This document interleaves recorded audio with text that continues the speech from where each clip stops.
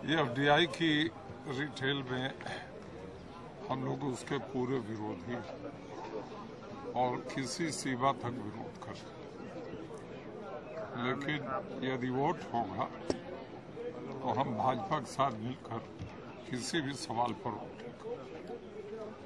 Abstain कर जाएंगे, पक्ष में वोट देंगे, विपक्ष में वोट देंगे? एफडीआई पे वोटिंग ये एफडीआई के तो हम कह रहे हैं खिलाफ हैं, वोटिंग भाषण करेंगे।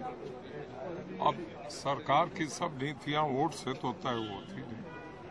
अब ये तो कहा जा रहा है कि वोट हो, यदि सब सरकार की नीति वोट से तय होने लगे तो नरसिम्हा राव का 40 वोट कम था और कोई आर्थिक नीति में परिवर्तन नहीं हो पाता। विपक्ष चाहता तो पूरी आर्थिक नीति उनकी रोक देता। ऐसा कभी हुआ नहीं है। ये जबरदस्ती की जिद है। सरकार है, उसकी अपनी नीतियां हैं। यदि वो नीतियां गलत हैं तो उसको आप जनता तक पहुंचाइए, उसका पुरजोर विरोध करिए और इलेक्शन में उसका आप लाभ उठाइए। लेकिन केवल इसलिए कि सरकार की नीति है हम इसके विरुद्ध हैं, तो मैं नहीं समझता हूं कि ये कोई वोटिंग का मुद्दा और इस पर वोट हो। ठीक, थैंक यू।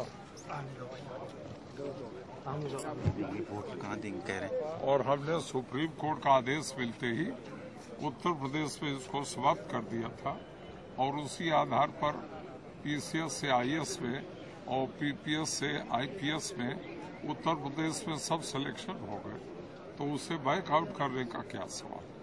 जी सर, जिस तरह से पर किस ग्राउंड पे ही सर, क्योंकि इससे तो गतिरोध तो खत्म होगा नहीं, एक नया गतिरोध लगता है कि सामने आ गया है, क्योंकि सपा भी अपने स्टैंड से पीछे नहीं हटेगी, बसपा भी नहीं हटेगी, फिर ये गतिरोध दूर कैसे होगा? दूर हो जाएगा सरकार चाहे तो, क्योंकि भारत की संसद सुप्रीम कोर्ट के विरोध में खड़ा करने वाला कोई मंच नहीं। सुप्रीम कोर्ट ने दो बार इसको खारिज किया है, तो उसके निर्णय का हमें स्वागत करना चाहिए और बार बार संसद से कोई रेजोल्यूशन पास करा करके सुप्रीम कोर्ट को चिढ़ाने का काम नहीं करना चाहिए। सर, जिस तरह से सरकार की एक सहयोगी पार्टी विरोध कर रही, एक समर्थन कर रही, आपको लगता है कि सरकार दोनों पार्टियों के साथ बातचीत करने में सक्षम नहीं रही या सरकार का कहीं नेग्लिजेंस है इसमें? सरकार सभी चीजों को उलझाकर अपना काम बनाने के चक्कर में